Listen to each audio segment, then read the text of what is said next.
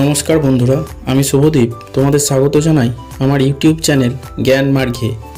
এই ভিডিওতে আমরা রায় ও মার্টিন প্রশ্নবিচিত্রা 2025 থেকে সপ্তম শ্রেণীর পরিবেশ ও বিজ্ঞান বিষয়ের দ্বিতীয় পর্যায়ক্রমিক মূল্যায়নের যে সকল মডেল সেটগুলি দেওয়া হয়েছে তার মধ্য থেকে 3 নম্বর মডেল সেটটির সকল প্রশ্নের উত্তরগুলি নিয়ে আলোচনা করব।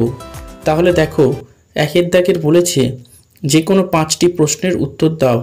একের 1, একটি ঈষৎ স্বচ্ছ মাধ্যমের উদাহরণ দাও। উত্তর হবে ঘষা কাচ। একের 2, তড়িৎ চুম্বকের একটি ব্যবহার লেখো। উত্তর হবে ইলেকট্রিক কলিং বেলে তড়িৎ চুম্বক ব্যবহৃত হয়। একের 3, একটি বিক্ষিপ্ত প্রতিফলনের উদাহরণ দাও। উত্তর হবে ঘরের দেওয়ালে আলো পড়লে বিক্ষিপ্ত প্রতিফলন ঘটে। একের 4, চৌম্বক দৈর্ঘ্য চুম্বকের জ্যামিতিক দৈর্ঘ্যের কত গুণ? উত্তর হবে 0.85 গুণ। একের 5, বাল্বের ফিলামেন্ট কোন ধাতু দিয়ে তৈরি? উত্তর হবে টাংস্টেন। একের 6, আমাদের রাজ্যে কোথায় বায়ুকল থেকে বিদ্যুৎ শক্তি উৎপন্ন করা হয়? উত্তর হবে পশ্চিমবঙ্গের দক্ষিণ 24 পরগনা জেলার বকখালিতে বায়ুকল থেকে বিদ্যুৎ শক্তি উৎপাদন করা হয়। এরপর 2এর দাগের বলেছে যে কোনো 5টি প্রশ্নের উত্তর দাও। 2এর 1, পরিবেশ বান্ধব শক্তি বলতে কি বোঝায়? উত্তর হবে যে সকল শক্তির উৎসগুলি ব্যবহার করলে পরিবেশ দূষণ ঘটে না তাকে পরিবেশ বান্ধব শক্তি বলে, যেমন বায়ুশক্তি, সৌরশক্তি প্রভৃতি। 2এর 2, ফিউজ তার ব্যবহার করা হয় কেন? উত্তর হবে অনুমোদনযোগ্য মাত্রার থেকে বেশি মাত্রায় তড়িৎ প্রবাহের ফলে বর্তনীতে লাগানো দামি তড়িৎ যন্ত্রগুলিকে ক্ষতির হাত থেকে বাঁচাতে ফিউজ তার ব্যবহার করা হয়। 2এর 3, বর্তমানে বাজারে এলইডি লাইট বেশি পরিমাণে ব্যবহার করা হচ্ছে কেন?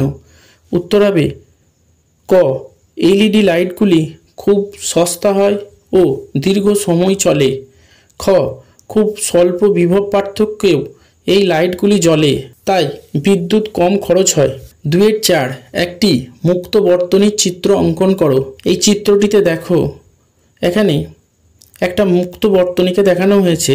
এই বর্তনীতে তোমরা দেখছো একটা ব্যাটারি, পরিবাহী তার, তার সঙ্গে সংযুক্ত একটি লাইট এবং একটি সুইচ। এখানে সুইচটা লক্ষ্য করলে দেখবে বর্তনীর সঙ্গে ছিন্ন অবস্থায় রয়েছে, তাই লাইটটি জ্বলেনি। এরপর দেখো 2এর 4 বলেছে চুম্বকের উদাসীন অঞ্চল কাকে বলে? উত্তর হবে চুম্বকের যে অংশে কোনো আকর্ষণ বা বিকর্ষণ কাজ করে না তাকে চুম্বকের উদাসীন অঞ্চল বলে। এরপর 2এর 6 বলেছে বর্ণালী কাকে বলে? উত্তর হবে সাদা বা বহুবর্ণী আলো উপযুক্ত বিচ্ছুরক মাধ্যমের মধ্য দিয়ে যাওয়ার ফলে উপাদান বর্ণে বিশ্লিষ্ট হয়ে যে রঙিন আলোকপটী গঠন করে তাকে বর্ণালী বলে। এরপর 3এর দাগের বলেছে বামপক্ষ ও ডানপক্ষ মেলাও।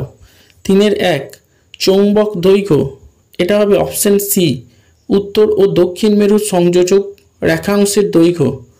3এর 2, সৌরকোষ, এটা হবে অপশন ই, সোলার কুকার। 3এর 3, প্রাকৃতিক বর্ণালী, এটা হবে অপশন ডি, রংধনু। 3এর 4, তারের পাক সংখ্যা বৃদ্ধি, এটা হবে অপশন বি, তড়িৎ চুম্বকের শক্তি বৃদ্ধি। 3এর 5, এলইডি, এটা হবে অপশন এ, তড়িৎ শক্তির আলোক ও তাপ শক্তিতে রূপান্তর। এরপর 4এর দাগের বলেছে সঠিক উত্তরটি নির্বাচন করো। 4এর 1, সমতল আয়নার সঙ্গে লম্বভাবে কোনো আলোকরশ্মি ওই আয়নার উপর আপতিত হলে প্রতিফলন কোণের মান হবে? এটা হবে অপশন বি, 0 ডিগ্রি। 4এর 2, চুম্বকত্বের নিশ্চিত পরীক্ষা হলো, এটা হবে অপশন বি, শুধুমাত্র বিকর্ষণ ধর্মের পরীক্ষা। এরপর 5এর বলেছে যে কোনো 4টি প্রশ্নের উত্তর দাও। 5এর 1, একটি বিস্তৃত আলোক উৎস দ্বারা একটি অস্বচ্ছ বস্তুর মাধ্যমে প্রচ্ছায়া ও উপচ্ছায়া গঠনের চিত্র অঙ্কন করো। তোমরা এই চিত্রটি দেখো, এখানে লাল রঙের যে বৃত্তাকার অংশটি দেখানো হয়েছে এটা হলো একটি বিস্তৃত আলোক উৎস। এদের মাঝে দেখো রয়েছে একটা অস্বচ্ছ বস্তু এবং একটা পর্দার উপরে দেখো সেই অস্বচ্ছ বস্তুটির একটা ছায়া পড়েছে। সেই ছায়ার দেখো একটা গাঢ় অংশ রয়েছে, যেটাকে গাঢ় কালো বর্ণ দিয়ে দেখানো হয়েছে, এটা হলো প্রচ্ছায়া। এবং সেই কালো অংশের বাইরে যে বৃত্তাকার ধূসর বর্ণের অংশটি রয়েছে সেটা হলো উপচ্ছায়া। এরপর 5-2 বলেছে সূচিছিদ্র ক্যামেরার দুটি বৈশিষ্ট্য লেখো। উত্তর হবে ক, আলো সরল রেখায় চলে, এই ধর্মকে কাজে লাগিয়ে সূচিছিদ্র ক্যামেরা তৈরি করা হয়েছে। খ, ক্যামেরার ছিদ্র যত বড় হয় প্রতিকৃতি তত অস্পষ্ট হয়। এরপর 5-3 বলেছে সাধারণ চুম্বক ও তড়িৎ চুম্বকের মধ্যে দুটি পার্থক্য লেখো। উত্তর হবে ক, সাধারণ চুম্বকের চুম্বকত্ব স্থায়ী, কিন্তু তড়িৎ চুম্বকের চুম্বকত্ব অস্থায়ী। যতক্ষণ তড়িৎ প্রবাহ চলে ততক্ষণই কেবলমাত্র চৌম্বকত্বের অস্তিত্ব থাকে। খ, সাধারণ চুম্বকের চৌম্বক শক্তি বাড়ানো বা কমানো যায় না, কিন্তু তড়িৎ চুম্বকের চৌম্বক শক্তি একটা নির্দিষ্ট সীমার মধ্যে ইচ্ছামতো বাড়ানো বা কমানো যায়। এরপর 5-4 বলেছে জৈব বর্জ্য থেকে কিভাবে জ্বালানি গ্যাস উৎপন্ন করার ব্যবস্থা করা হয়। উত্তর হবে জৈব বর্জ্য যেমন উদ্ভিদ ও প্রাণীর দেহ নিঃসৃত বর্জ্য, ফসলের অবশিষ্টাংশ ইত্যাদি জৈব গ্যাস উৎপাদক কেন্দ্রের বায়ুনিরুদ্ধ প্রকোষ্ঠে ব্যাকটেরিয়ার দ্বারা পচিয়ে মূলত মিথেন গ্যাস উৎপন্ন করা হয়। এই গ্যাস সরাসরি জ্বালানি হিসাবে অথবা বিদ্যুৎ উৎপাদনের কাজে লাগে।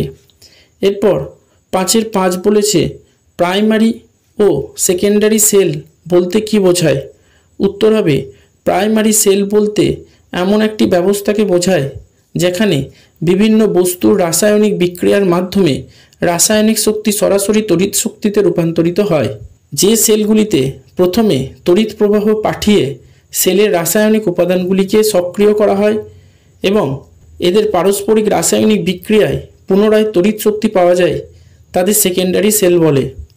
এরপর লাইফ সায়েন্সের পার্টের 1 দাগের বলেছে সঠিক উত্তরটি নির্বাচন করে বাক্যটি সম্পূর্ণ করে লেখো। 1-1 মূলের বর্ধনশীল অঞ্চলের ঠিক ওপরেই অবস্থিত রোঁয়া রোঁয়া জায়গাটির নাম হলো, এটা হবে অপশন বি, মূলরম অঞ্চল। 1-2 কাণ্ডের যে জায়গা থেকে পাতা বা শাখা বের হয় সেই জায়গাটিকে বলে, এটা হবে অপশন এ, পর্ব।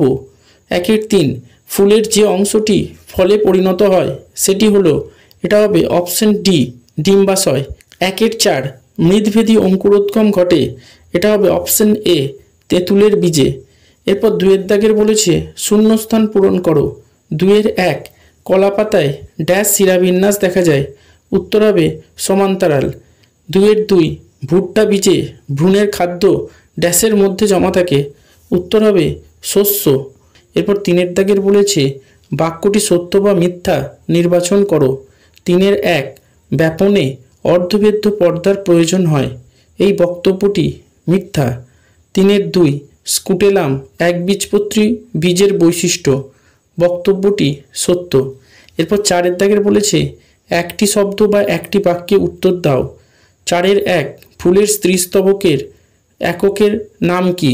উত্তর হবে গর্ভপত্র। 4-2 বীজত্বকের বাইরের স্তরটিকে কি বলে। উত্তর হবে বহিস্তক। 4-3 কুমড়োর আকর্ষ কোন অঙ্গের রূপান্তর। উত্তর হবে কাণ্ডের। এরপর 5 দাগের বলেছে নিম্নলিখিত প্রশ্নগুলির সংক্ষিপ্ত উত্তর দাও। 5-1 কোনটি কাণ্ড ও কোনটি কাণ্ড নয় লেখো। এ আলু, এটা কাণ্ড। বি সজনে ডাঁটা, এটা কাণ্ড নয়। সি কচু, এটা কাণ্ড। ডি মূলো, এটা কাণ্ড নয়। এরপর 5-2 বলেছে স্তম্ভমূল এবং ঠেসমূল দেখা যায় এমন একটি করে উদ্ভিদের নাম লেখো। উত্তর হবে বটগাছে স্তম্ভমূল এবং কেয়া গাছে ঠেসমূল দেখা যায়। এরপর 5-3 বলেছে অঙ্কুরোদ্গমের শর্তগুলির নাম লেখো। উত্তর হবে অঙ্কুরোদ্গমের শর্তগুলি হলো পর্যাপ্ত আলো, উষ্ণতা, অক্সিজেন এবং জলের উপস্থিতি। এবার 6 দাগের বলেছে নিম্নলিখিত যে কোনো একটি প্রশ্নের উত্তর দাও। 6-1 স্বপরাগযোগ এবং ইতর পরাগযোগের মধ্যে প্রদত্ত বিষয়ে পার্থক্য লেখো। এ বাহকের প্রয়োজনীয়তা, বি পরাগরেণুর অপচয়। স্থায়ী অঞ্চল এবং মূলত্রের কাজ লেখো। উত্তর হবে এ, স্বপরাগযোগে বাহকের প্রয়োজন হয় না, কিন্তু ইতর পরাগযোগে বাহকের প্রয়োজন হয়। বি, স্বপরাগযোগে পরাগরেণুর অপচয় হয় না, কিন্তু ইতর পরাগযোগে পরাগরেণুর অপচয় হয়। মূলের স্থায়ী অঞ্চলের কাজ হলো উদ্ভিদকে মাটির সঙ্গে দৃঢ়ভাবে আবদ্ধ রাখতে সাহায্য করা। মূলত্রের কাজ হলো মূল যখন মাটি ভেদ করে মাটির নিচে প্রবেশ করে, মূলত্র অংশ তখন মূলের নরম অগ্রভাগকে মাটির ঘর্ষণজনিত আঘাত থেকে রক্ষা করে। এরপর 6-1 অথবাটা বলেছে ব্যাপন ও অভিস্রবণের মধ্যে প্রদত্ত বিষয়ে পার্থক্য লেখো। এ, পর্দার উপস্থিতি। বি, সঞ্চারিত অণুর প্রকৃতি। ORS এর পুরো নাম কি?